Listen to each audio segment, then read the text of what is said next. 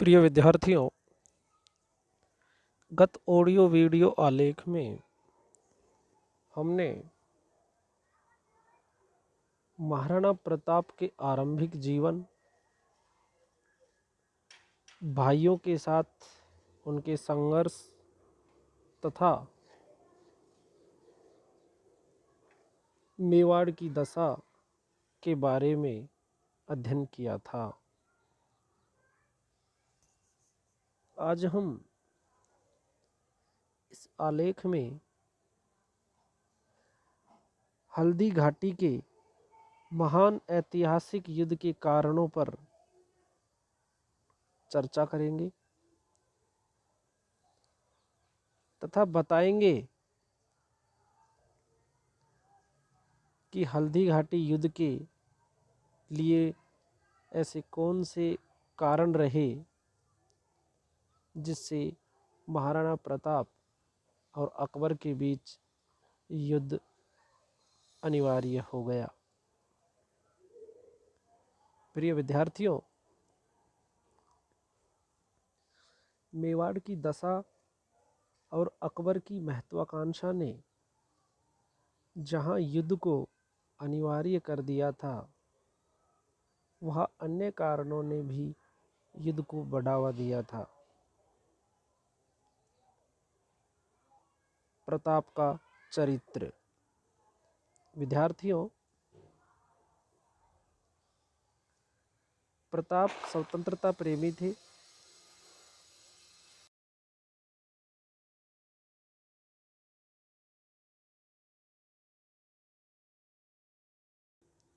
इस मुहिम में मेवाड़ के किसान व आदिवासी भी उनके साथ आ गए थे।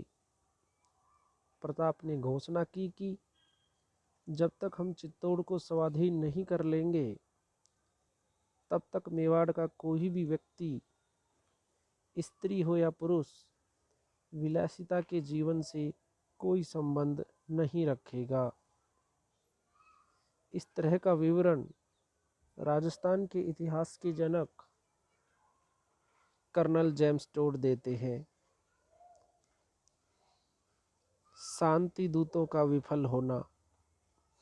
अकबर ने प्रताप को समझाने के लिए 4 शांति दूत भेजे, जिनमें क्रमशः जलाल खां, मान सिंह, भगवंत दास और टोडरमल है।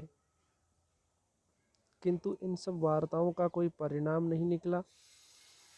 इससे अकबर को उत्तेजित होना स्वाभाविक था। राणा ने बादशाह से मित्रता प्रकट करने के लिए अपने 14 वर्षीय पुत्र अमर सिंह को भगवंत दास के साथ मुगल दरबार में भेज दिया था।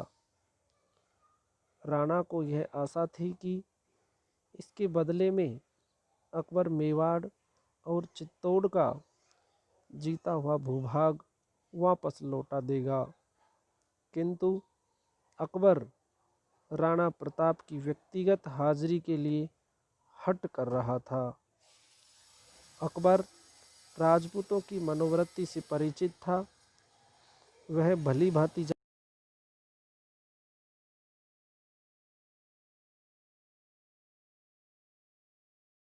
कर ली तो अन्य राजपूत राजा अपने आप मुगल दरबार में हाजिर हो जाएंगे।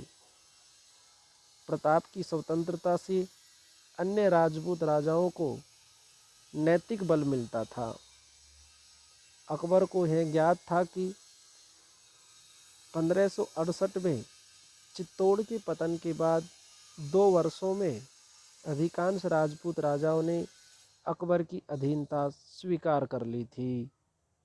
यदि राणा प्रताप अकबर की अधीनता मान लेते तो मारवाड़ का चंद्रसेन तथा बूंदी, डूंगरपुर, बांसवाड़ा और सिरोही के विद्रोही हिंदू राजा फौरन अकबर की शरण में आ जाते। अतः विवश होकर अकबर को युद्ध करना पड़ा था। मेवाड़ का व्यापारिक महत्व। विदेशों से आने वाला माल अधिकतर सूरत बंदरगाह पर उतरता था और फिर गुजरात, राजस्थान होता हुआ आगरा, दिल्ली और उत्तर भारत के अन्य व्यापारिक केंद्रों को जाता था। इस मार्ग के बीच में पश्चिम राजस्थान का छोटा सा स्वतंत्र भाग बहुत बड़ी बाधा थी। व्यापारिक यातायात को राणा प्रताप और मारवाड़ का राव चंद्रसेन बीच में ही रोक लेते थे। इस प्रकार की व्यापारिक क्षति और रुकावट कोई भी सफल शासक किसी भी कीमत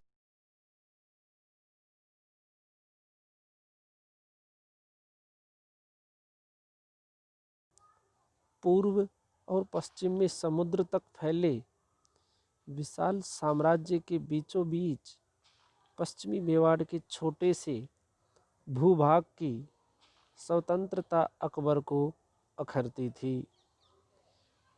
इसे शांति प्रिय ढंग से अधीन करने के 4 प्रयत्न, कुछ लेखक केवल 3 ही प्रयत्न बताते हैं। वे अकबर द्वारा भेजे गए जलाल खां के प्रयत्न का उल्लेख नहीं करते। इस प्रदेश का व्यापारिक महत्व भी कम नहीं था। इसके अतिरिक्त तीर्थ यात्रा पर मक्का और मदीना जाने वाले लोग भी सूरत बंदरगाह से जाते थे और उनका मार्ग भी मेवाड़ से होकर था। इन यात्रियों की सुरक्षा और सफल यात्रा के लिए भी मेवाड़ पर मुगल आधिपत्य आवश्यक समझा गया। इस प्रकार व्यापार, राजनीति और हज या तीर्थ यात्रा के महत्वपूर्ण प्रश्नों ने अकबर को मेवाड़ पर आक्रमण करने के लिए बाध्य कर दिया। मानसिंह का अपमान। ऊपर वर्णन किया जा चुका है कि अकबर ने राणा से मित्रता करने के 4 प्रयत्न किए। इनमें से दूसरा प्रयत्न मानसिंह का था। बादशाह ने अनुभव किया कि राणा की ही जाति और धर्म के किसी उच्च पदीय और प्रभावशाली राजपूत को दूत बनाकर इस नाजुक काम के लिए भेजा जाए।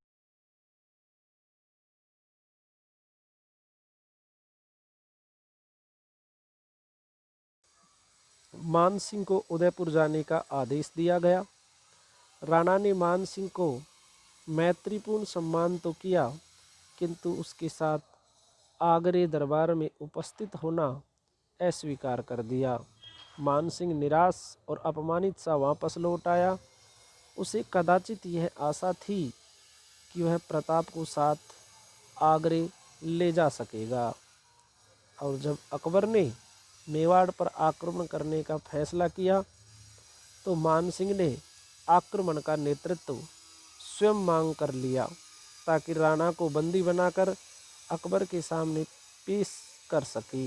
इस भावना का दूसरा अर्थ लगाकर कर्नल जेम्स टोड महोदय ने अपने ग्रंथ के पृष्ठ 196 पर एक रोचक कथा का वर्णन किया है।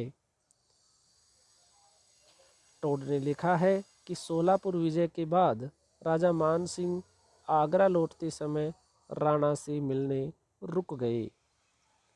प्रताप ने उदय सागर पहुंचकर मान सिंह का स्वागत किया, किंतु भोजन के समय खुद ने आकर राजकुमार अजीत सिंह को भेज दिया।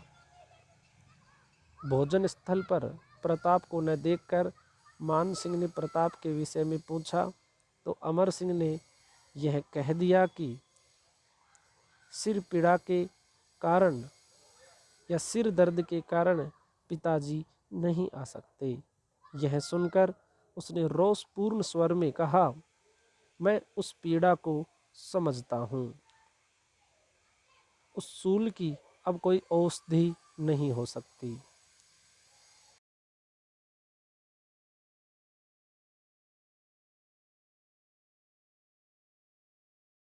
बोले, मैं उस राजपूत के साथ कभी भोजन नहीं कर सकता जो अपनी बहन बेटियों का विवाह एक तुर्क के साथ कर सकता है। मान सिंह ने इसे अपना अपमान समझा और बिना खाना खाए उठ गया। प्रताप की तरफ देखकर उसने कहा, आपके सम्मान की रक्षा के लिए ही मुझे अपनी बहन और बेटियों तुर्कों को देनी पड़ी हैं। अगर आप इसका लाभ नहीं उठाना चाहते तो इसका अर्थ यह है कि आप स्वयं खतरों को अपने ऊपर ला रहे हैं। यह मेवाड़ राज्य अब आपका होकर नहीं रहेगा। घोड़े पर बैठते बैठते उसने प्रताप से फिर कहा, अगर मैंने आपके इस अपमान का बदला रण क्षेत्र में न दिया तो मेरा नाम मान सिंह नहीं है। उत्तर देते हुए प्रताप ने कहा, मैं हर्ष के साथ उसके लिए तैयार हूँ। पास खड़े सरदार ने मान सिंह से कहा कि उस समय अपने फूफा अकबर को भी साथ लेते आना। उसे लाना भूल मत जाना। जहाँ मान सिंह ठहरा था उसे खोदकर गंगा जल छिड़का गया। यह कथा वास्तव में रोचक है। मान सिंह के साथ प्रताप ने खाना नहीं खाया होगा और आवेश में इस प्रकार की छिंटांक सी का हो जाना स्वाभाविक सा लगता है। इस कथन की पुष्टि वीर विनोद की दूसरी जिल्द के पृष्ठ 147 पर कविराज श्यामल दास जी भी करते हैं। श्री गहलोत भी अपनी पुस्तक राजपूतों का इतिहास,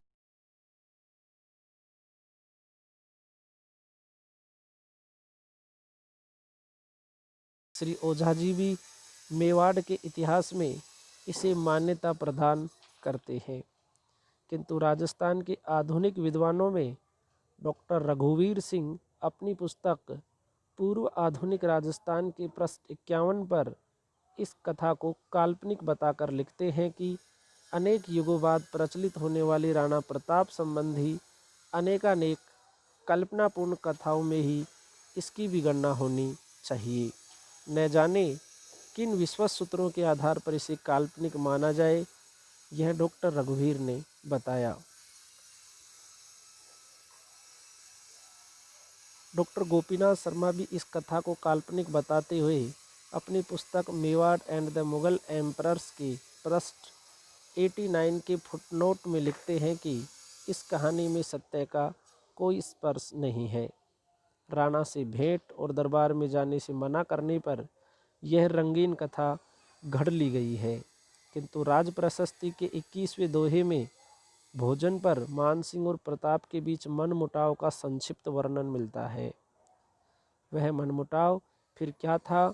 जो भी हो, टोड, गहलोत, ओझा, वीर विनोद, राज प्रशस्ति आदि सभी इस घटना को लड़ाई का एक कारण मानते हैं। आधुनिक इतिहासकार इसको नहीं मानते, किंतु बिना किसी अनुसंधान के इस महत्वपूर्ण कथा को रद्दी की टोकरी में डालना भी ऐतिहासिक परंपराओं के साथ अन्याय करना होगा। अतः जब तक कोई हल्दी घाटी के कारणों पर पूरा अनुसंधान कर सत्य पर प्रकाश न डाले, तब तक इसे मान लेना